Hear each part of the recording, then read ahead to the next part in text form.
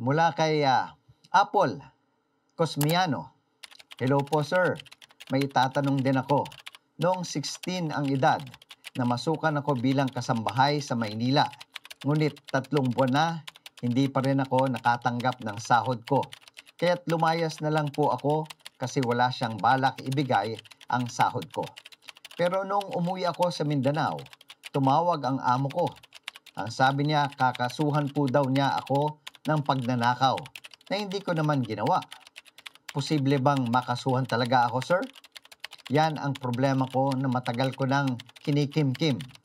30 years old na po ako ngayon, sir. Matagal na panahon na ang lumipas mula nang sabihan ka na kakasuhan ka ng dati mong amo.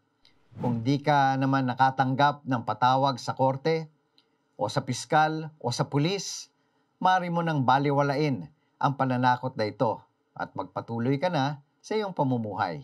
Ganon din naman ang sitwasyon sa pangyayari ng hindi ka nabayaran ng sahod sa pamamasukan mo sa dati mong amo.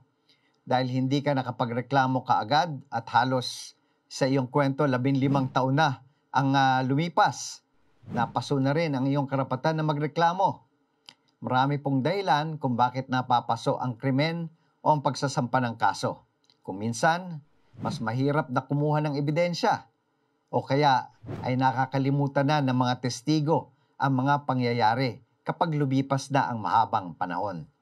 Kaya't habang maaga pa, magkalap na po kaagad ng ebidensya at magsampa ng kaso upang mailagay sa sulat ang reklamo at masuportahan ng mga ebidensya.